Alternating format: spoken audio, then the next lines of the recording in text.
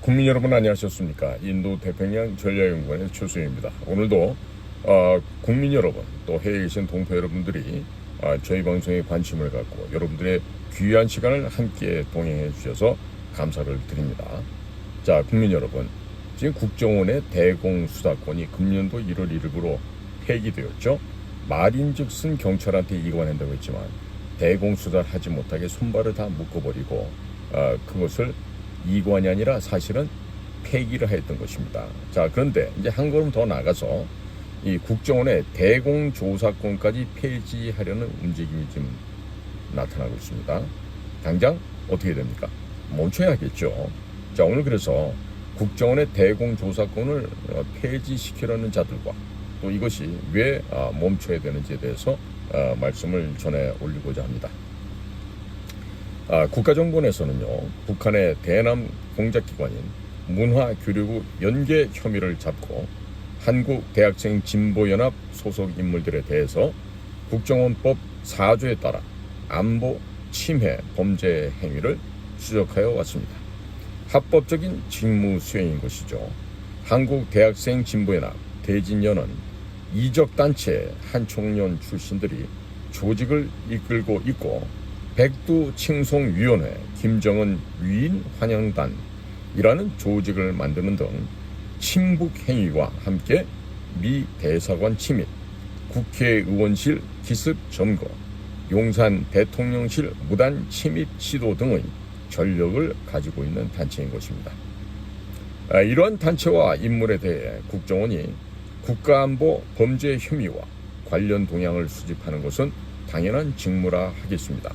그 과정에서 지난 3월 22일 조사관 1명이 불법 감금을 당하고 휴대폰을 탈취당하는 등 정당한 공권력 행사를 침해받은 일이 발생하였습니다. 이튿날 총선이 불과 20여일 앞둔 시점에 대진연은 촛불행동 등 좌파 단체들과 함께 국정원 요원이 민간인 사찰을 했다고 이슈화함으로써 선거에 영향을 미치려 하였던 것으로 보여졌습니다. 게다가 공무 수행 중인 국가 핵심기관 요원의 신체에 폭력을 행사하고 휴대폰을 탈취하여 내용을 검사하는 등 범법 행위까지 서슴지 않는 지경에 이르렀습니다. 국가 공권력과 법 집행 기능에 정면으로 도전한 것으로밖에 볼 수 없습니다.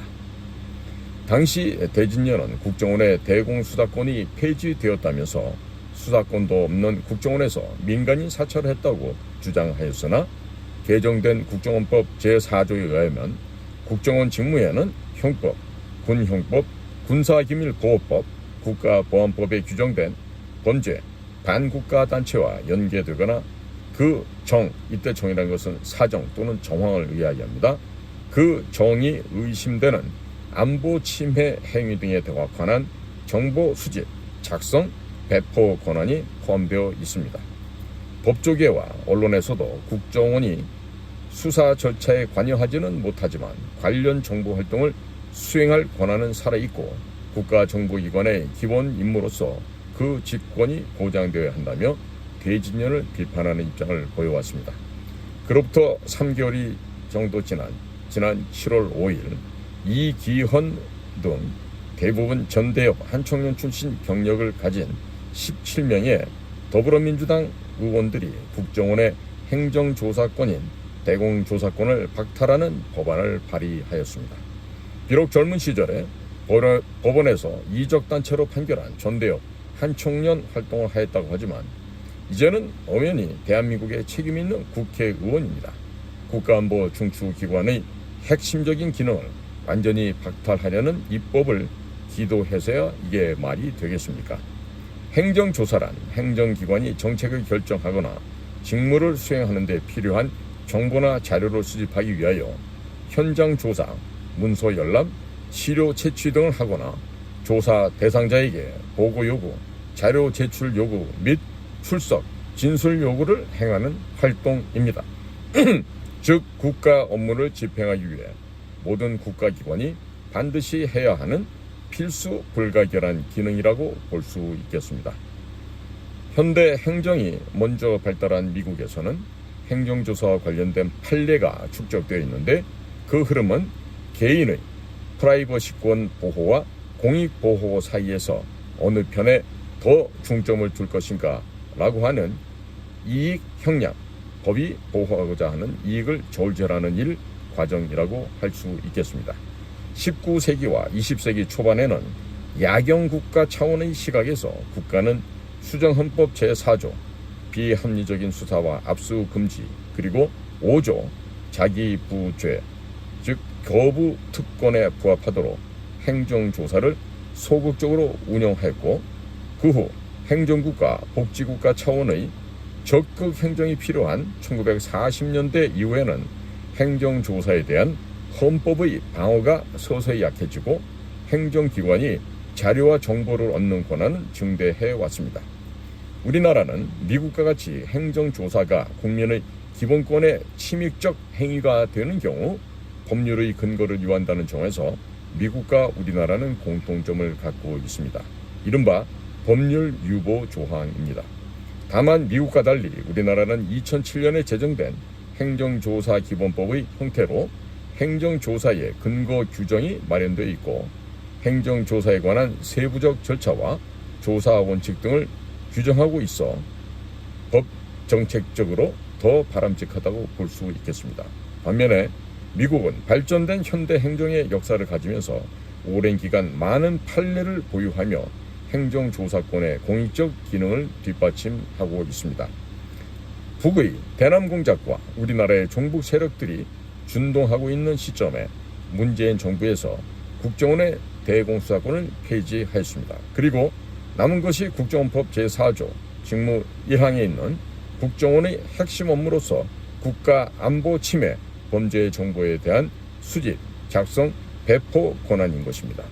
동조항 1항 1호 업무가 국외 및 북한에 관한 정보, 방첩, 대테러, 국제범죄 조직에 관한 정보, 내란죄, 외환의 죄, 군형법 중 반란의 죄, 암호부정 사용죄, 군사기밀보호법 위반죄, 국가보안법 위반죄 등에 대한 정보의 수집, 작성, 배포인 것입니다.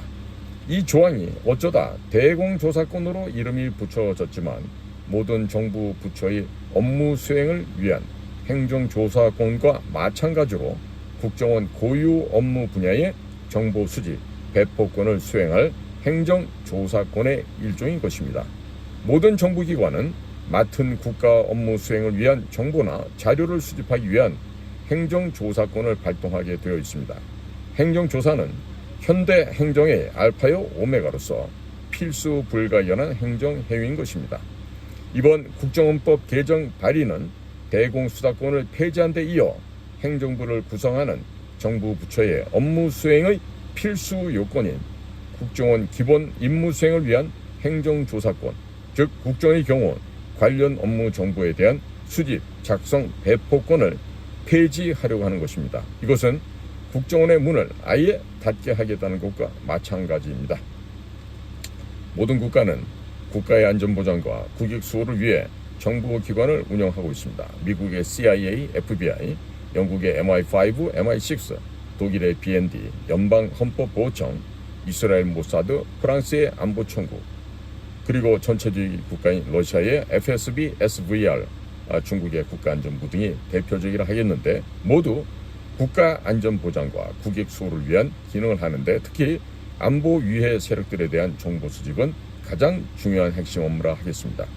주변 4대 강국들에 둘러싸여 있고, 특히 분단 이후 한 번도 대남 적화 통일의 야욕을 벌인 적이 없는 핵을 가진 북한과 마주하고 있는 우리나라의 중추안보기관인 국정원의 핵심 기능을 제거하려고 하는 법을 발의하였다는 것이 제정신으로 하는 일인지 묻지 않을 수가 없는 것입니다. 북한은 국가보안법 철폐, 미군 철수, 남한 공안기관 무력화를 분단 이후 대남 전략의 핵심으로 삼아왔고 끊임없이 도발해왔습니다.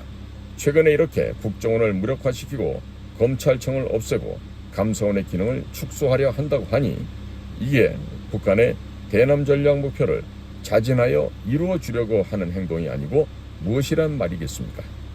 이처럼 해괴한 법안을 발의한 국회의원 17명이 대부분 전대협, 한총련 경력을 가진 학생운동권 출신입니다. 문재인 정부 때 청와대 비서진 역시 그러하였습니다. 당시 그들이 행한 정책들이 결국 어떠한 결과를 가져왔습니까?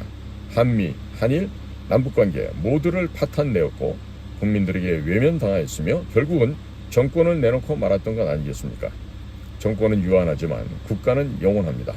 어설픈 이념으로 국가 중추기관의 핵심 기능을 농단하는 것은 너무도 위험하고 국민에 대한 도리가 아님을 자각해야 하겠습니다. 이것은 정치 논리 문제가 아니고 국가 존립의 문제인 것입니다. 평생 안보 현장을 지켜왔고 안보 정책학을 탐구한 학도로서 도저히 지켜볼 수가 없어 펜을 들 수밖에 없었다고 지금 한반도 안보전략연구원의 고문으로 계시는 김석규 박사가 쓰신 글이었습니다. 저는 근데 여기서 지금 이런 그 대진년 학생들에게 무슨 뭐 잡혀서 전화기를 뺏기고 이렇게 했다는 이야기가 여기에서도 나오는데요. 과연 국민 여러분께 한번 여쭤볼까요? 자, 국가정보원의 비밀 요원이 혼자서 대여섯 명도 육체적으로 젖혀낼 수가 없다. 즉 격술이나 무공 실력이 안 돼서 현장에서 붙잡혔다. 이게 말이나 됩니까? 도대체 얼마나 허약한 아이들을 국정원에서 지금 뽑아서 쓰고 있다는 이야기입니까? 과거 보면은 이 기본기도 안 된 애들이 인도네시아에서 대한민국을 방문했던 군사대표단이 아마 있었죠. 제가 좀 정확한 연도가 기억이 안 나는데 2010년, 9년 아마 그 이명박 정부였던 때로 제가 기억을 하고 있습니다만은, 자, 호텔 종업원들의 옷을 바꿔 입고 뭐 일을 했다고 잘했다고 치더라도 그 인도네시아 대표단 그 방에 들어가서 그런 무슨 전자 장비를 이용해서 그들이 갖고 온 뭐 노트북을 해킹한다든지 이런 등등의 행위를 하는 것은 방첩 차원에서 필요하다고 저도 인정을 할 수 있어요. 그런데 문제는 뭐냐면 그들에게 들켰다는 거예요. 발각이 됐다는 거야. 그러면 차라리 안 하니만 못하지. 그럼 이번에 같은 경우도 그런 대진년 애들의 행동이 어떤 것이고 걔들이 뭘 하는지 정확하게 보고 싶고 확인하기 위해서 갔다라면은 들키지 않거나 만약에 들켰으면 그 정도의 애들은 제압을 해야죠. 잡혔어? 국정원 요원이? 저는 그런 애들은 그냥 거두절미하고 떨어내야 된다고 생각합니다. 자, 그런 현장 활동을 하면서 무슨 이스라엘의 모사드를 롤 모델로 삼습니까? 이스라엘의 모사드가 어디 가서 그 취재 조사하러 갔다가 적진에 들어가서 잡힙니까?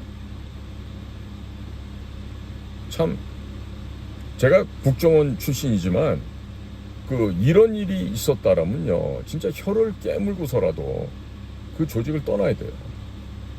아니면 진짜 사시미 칼을 꺼내가지고 배를 그어버리고 자결을 하든가 자진을 하든가.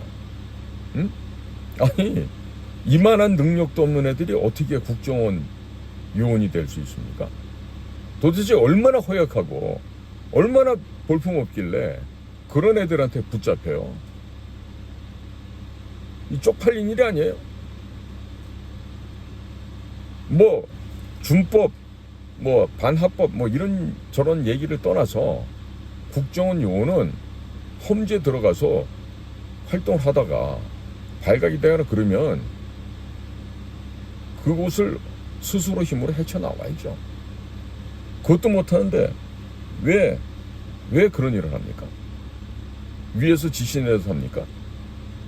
그러면 위에서 지시 내려도 워라벨 하면서 안 해야지. 그래야지 지금의 국정원의 품위와 품격에 맞는 행위가 되겠지. 아니 어떻게 아무리 뭐 대공수사권이 뭐 폐지됐다 어쩌다 얘기를 하지만 국정원 직원이 가서 대진년 같은 그런 양아치 수준도 안 된 놈들한테 잡혔어? 핸드폰을 뺏겼어? 야, 진짜 이런 그 참담한 일이 국가정보원에서 일어난다고 하니까 저는 제 눈과 귀를 의심할 수밖에 없습니다. 예? 그리고 국민 여러분, 지금 제가 국정원장이라면 이러저러한 곳에 호소하지 않겠습니다. 그냥 우리는 국민과 또 국민만을 바라보면서 오직 조국 대한민국과 국민을 위해서 일한다 그러면서 나아갈 방향대로 가면 돼요. 설령 대통령이 비겁하게 뒤로 물러선다 하더라도 국가정보원 조직은 앞으로 전진해야 됩니다. 안 그렇습니까? 그러니까 숨만 쉬고 눈알만 돌리고 대통령 심기가 어떤지 이것만 하고 있는데 무슨 일을 하겠어? 어쩌다 대통령 옆에 가서 비싼 고급 술을 카카 경아드립니다. 오늘 피로를 푸십시오. 이러는 애들은 좀 각하하고 뭐 이렇게 사담할 수 있는 기회가 있겠지만 그 자리에서 일하는 얘기 나오겠어요? 응?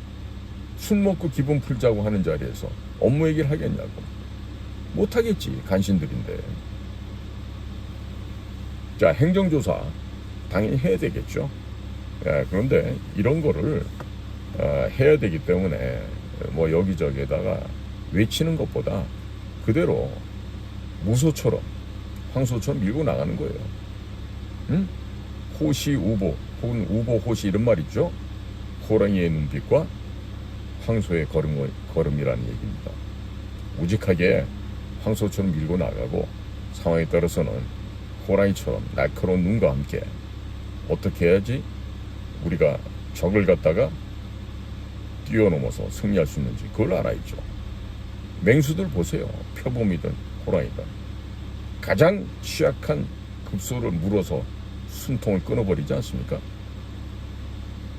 그걸 못하면서 무슨 정보요원이 되고 공작요원이 될 수 있겠어요. 자, 그러니까 지금 우리나라가 지금 기본부터 좀 허물어져 내려가고 있어요. 망해가고 있어요. 자, 국민 여러분, 이럴 때일수록 국민 여러분들이 정신 차리셔야 됩니다. 국가의 지도자라고 하는 사람들, 행정부, 입법부, 사법부를 구성하고 있는 저 쓰레기만도 못한 양아치들이 무슨 꼴라빠지 무슨 고시 같은 거 붙었다고 저것들이 지금 국민을 군림하고 통치를 하고 국민들을 억압을 하고 있는데 국민 여러분이 깨어나시면 이 억압과 더러운 착취와 약탈로부터 벗어날 수 있겠죠. 그러나 국민들께서 안 깨어나시면은 죽는 날까지 이렇게 노비 생활하다가 이렇게 살다가 가는 거예요. 개쓰레기만도 못한 생활하다가 가는 거예요. 불평불만 하겠죠. 자, 국정원 요원들 지금까지 퇴직한 사람이 저 하나밖에 없겠습니까? 국정원에서 퇴직한 국장들 숫자만 세도 얼마나 많겠습니까? 지부장까지 더하면 더 많겠죠. 그러나 어느 누가 나와서 얘기를 합니까? 연금에 손상이 갈까봐 누가 감히 나와서 진실을 얘기합니까? 아, 죄송합니다. 우리 송봉선 우리 이사장님 계셨는데 제가 우리 송봉선 선배님을 깜빡했네. 송봉선 선배님 죄송합니다. 자, 송봉선 회장 같은 사람이 10명만 있으면 아니 5명만 있으면 국정원이 저런 꼬라지가 될까요? 우리 송 선배님은 양재 회장하면서 월급도 안 받아. 왜? 당연히 해야 될 일 하는데 무슨 돈을 받냐 이거지. 혹자들은 그래요. 뭐 그 양반 돈이 많아서. 돈은 가질수록 더 갖고 싶어해요. 에? 부자가 99섬을 곳간에 세웠다가 100섬을 채우려고 하나라도 요구한다는 거 아닙니까? 99마리의 양을 가진 자가 한 마리를 쳐서 100마리를 만들려고 더 욕심을 낸다는 거 아니에요. 근데 우리 송봉선 선배님은 그런 거하고 거리가 먼 사람이죠. 그러니까 우리 송 선배 같은 분들이 안기부 출신들 중에 한 5명만 좀 더 나오면 안 될까 싶어요. 응? 현직 시절에 뭐 국장, 뭐 차장 이런 거 없어. 뭐 자식들이 뭐 어쨌다고 뭐 욕지거리 찔찔하고, 지보다 나이 많은 고참한테도 지가 먼저 진급했다고 말이야. 예? 그렇게 건방 떠든 이런 양아치 새끼들은 지금도 국가에서 하는 일이 없어. 그저 연금이나 받아 처먹고 그저 숨만 이렇게 쉬고 있겠지. 예? 예를 들면 이런 거야. 우리 공작관들이 한 번은 우리가 일식 제가 간 게 아니라 우리 동료가 갔어. 바깥에서 말이야, 아가야 뭐 부르더니 뭐 찌끼다시 좀 더 갖고 와라, 뭐 생선 구운 거 한 마리 더 갖고 와라, 뭐 이러면서 계속 그러더라는 거야. 그 안에서 이제 회를 시키고 이렇게 정식으로 정찬을 협조자들하고 이제 식사를 하려던 우리 동료 요원들이 이게 봤더니 이거 국장하고 차장했던 사람들이더래. 그거 뭐 특정 학교 얘기할게. 고려대학교 나온 사람들이래. 둘 다 난쟁이 똥자루만한 것들 둘이 와갖고 그런다 보니까 정말 취급해서 못 보겠다라는 거야. 그래서 종업원이 들어왔길래 저 아저씨들 뭘 시키셨길래 저렇게 밖에 시끄럽냐 물어봤더니 생선 매운탕 하나 시켜놓고 회정식도 아니야. 매운탕 하나 시켜놓고 뭐 이거 갖고 와라 저거 갖고 와라 이러고 있는 거야. 아니 그런 거 많이 먹고 싶으면 돈을 더 내면 되지. 응? 예전에 국정원에서 간부 생활할 때는 지 돈 쓰는 게 아니라 활동비를 쓰니까 그렇게 이제 활동을 해왔는데 식당에 와서 옛날 그 더러운 버릇이 남아있는 거야. 아니 돈이 없어서 아니면 돈을 아끼고 싶어서 생선 매운탕 시켜서 그러면 김치하고 닭광하고 먹고 가면 되지. 그걸 뭘 갖다가 생선구이를 해와라 뭐 찌끼다시 더 가져와라. 먹고 싶으면 돈을 내면 될 거 아니야. 안 그래요? 그러나 그 못된 버릇 그게 뭐야? 떠 받들어 주는 거, 대접받고 호가호위하는 거, 이런 게 몸이 회에서 오는 거지. 응? 대부분의 공직에 있는 사람들이 그래요. 뭐 외교관들, 뭐 판사, 검사, 뭐 변호사는 그 공직이 아니지만 이 법을 다루는 근처에도 보면요 대접받기를 좋아하는 게 몸에 배갖고 또 지들끼리 서열이 있어. 한 놈이 앞에 그 대장이 가면 오리 새끼들은 좀 졸졸졸 따라가 기수별로. 그게 바로 판사들, 검사들 행태가 그런 거야. 그러니까 그런 것들이 무슨 사람을 위해서 일을 하겠어? 무슨 국가를 위해서 충성을 하겠어? 택도 없는 소리지. 그러니까 박근혜 대통령을 경제공동체로 얽어매고 묵시적 부정청탁으로 넣어서 그렇게 대통령을 갖다가 이런 식으로 연맥인 거 아니야? 그리고 사죄라는 걸 모르는 자식들이야. 한마디로 개만도 못한 더러운 근성을 갖고 있는 주구들이야. 그러니까 문재인 시절에 가장 행운이고 행복하고 번화했다고 스스로 자화자찬하잖아. 그러니까 저런 것들을 갖다가 뭐 민족의 리더라고, 참 어쩌다 우리 대한민국이 리더라고 할 놈들이 없어서 저런 생양아치들이 이 나라의 리더가 되고 대표가 되고, 국민 여러분들 저런 승냥이만도 못한 개쓰레기들 밑에서 이 나라의 구성원으로 살고 싶으세요? 여러분들 그러십니까? 제발 각자 도생을 똑바로 하십시다. 그리고 1년 후가 될지 2년 후가 될지 모르지만 그 올바른 우리 지도자를 뽑아 올려야 돼요. 제가 그 어제 방송에서 얘기했었죠. 우리나라에는 도널드 트럼프 같은 지도자가 없을까? 네, 찾아보니까 제 눈엔 한 분 보이더라고. 그래서 제가 어저께 한화그룹의 김승현 회장님 얘기를 했어요. 그러니까 그 김 회장님 얘기하면은 뭐 가죽장 끼고 가가지고 뭐 어디 가서 뭐 빤치를 날리고 뭐 이런 것 때문에 뭐 조폭보다 더 심하지 않는 이렇게 얘기하는 분들이 있던데, 그러나 한국 화약에 속해서 일하고 있는 직원들한테 물어보십시오. 과거 삼성에 있다가 하나로 온 그런 경우 같은 경우는 정말로 그 연구 개발 자금 R&D가 뭐 이전에 삼성 시절보다 뭐 10배 100배 늘었다는 이런 얘기도 하실 수도 있고요. 그 다음에 하나그룹에 일하시는 모든 직원들에게 한화 김승현 회장이 베푸는 그 따뜻함이라는 것은요 상상을 초월합니다. 그러니까 그런 그 카리스마, 리더십이 있는 사람이 이 나라 대통령 해도 된다고 저는 생각해요. 저런 검사 출신들 양아치 새끼들, 판사 출신의 저 개 잡것들 말이에요. 저런 것들이 무슨 지식인이고 지도 계급이라고, 저런 것들이 뭐 입법부 사법부 장악해갖고 저러고 이제 행정부까지 저러고 있는데 무슨 발전이 있겠어요? 무슨 발전이? 무슨 미래가 있겠냐고. 그러니까 국민 여러분들도 눈높이를 좀 높이셔야 돼요.